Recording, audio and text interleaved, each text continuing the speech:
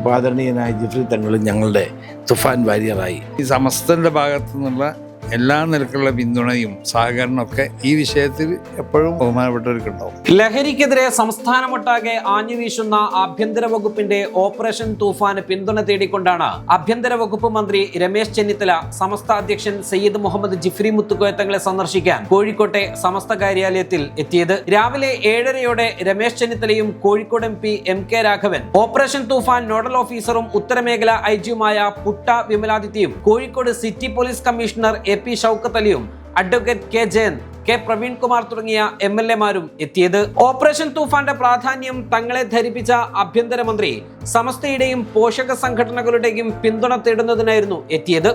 ഇപ്പോൾ ആദരണീയനായ ജിഫ്രി തങ്ങളും ഞങ്ങളുടെ തുഫാൻ വാരിയറായി. അത് അദ്ദേഹത്തെ കണ്ട് കേരളം ഒട്ടാകെ അദ്ദേഹത്തിൻ്റെ മഹത്തായ പ്രസ്ഥാനം സമസ്തയുടെ നേതൃത്വത്തിൽ ഈ ഒരു ക്യാമ്പയിൻ വേണം. പോഷക സംഘടനകൾ, അതെ, അതിൻ്റെ പോഷക സംഘടനകളും ഒരുമിച്ചിറങ്ങണം എന്നുള്ള അഭ്യർത്ഥനയുമായിട്ടാണ് വന്നത്. ജിഫ്രി തങ്ങൾക്കൊപ്പം പ്രാതൽ കഴിച്ച ശേഷം ജിഫ്രി തങ്ങളെ ആഭ്യന്തര വകുപ്പ് മന്ത്രി തൂഫാൻ വാരിയർ ബാഡ്ജും അണിയിച്ചു. സംസ്ഥാന തലത്തിൽ രണ്ടാമതായാണ് ജിഫ്രി തങ്ങളെ തൂഫാൻ വാരിയർ ആഭ്യന്തര വകുപ്പ് അണിയിക്കുന്നത്. മഹല്ല് തലങ്ങളിലും പള്ളികളിലും ഉത്ബോധനത്തിനായി പിന്തുണ അഭ്യർത്ഥിക്കുന്നു എന്ന ആഭ്യന്തരമന്ത്രിയുടെ അഭ്യർത്ഥനയ്ക്ക് തങ്ങൾ പൂർണ്ണ പിന്തുണ നൽകി. അപ്പം നന്മയല്ലേ, നന്മയ്ക്ക് എപ്പോഴും നമ്മളെ വന്ന് പിന്തുണ ഉണ്ടാവുമല്ലോ, അത് സ്വാഭാവികമാണ്. നന്മ ചെയ്യുന്നവരും നന്മ ചെയ്യാൻ വേണ്ടി ആളുകളെ പ്രേരിപ്പിക്കുന്നവരുമുള്ളത് നമ്മൾ. അപ്പോൾ ബഹുമാനപ്പെട്ട രമേശ് ചെന്നിത്തല ആഭ്യന്തരമന്ത്രിയായി നമ്മൾ സന്തോഷിക്കണം. അതോടൊപ്പം ഈ പ്രഖ്യാപനം ഇതിന് അന്ന് മാനസികമായിട്ട് അന്ന് തന്നെ ഇതിന് പിന്തുണ നടത്തിയിട്ടുണ്ട്. മൂപ്പരോട് അഭിനന്ദനങ്ങളൊക്കെ വിളിച്ചു പറഞ്ഞിട്ടുണ്ട്.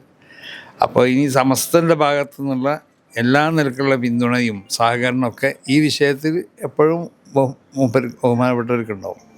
പള്ളികളിലും മഹല്ലുകളിലും ഉത്ബോധനം നടത്താൻ അഭ്യർത്ഥിച്ച തങ്ങൾ ഈ പദ്ധതി തുടക്കത്തിന്റെ ആവേശത്തിൽ നിന്നു പോകരുതെന്നും നന്മ നിറഞ്ഞ പദ്ധതിയായതിനാൽ തുടരണമെന്നും അഭ്യർത്ഥിച്ചു. സമസ്തയുടേതുൾപ്പെടെ സഹായമുണ്ടെങ്കിൽ തീർച്ചയായും മുന്നോട്ട് കൊണ്ടുപോകുമെന്ന ഉറപ്പാണ് ആഭ്യന്തരമന്ത്രി മറുപടിയായി നൽകിയത്.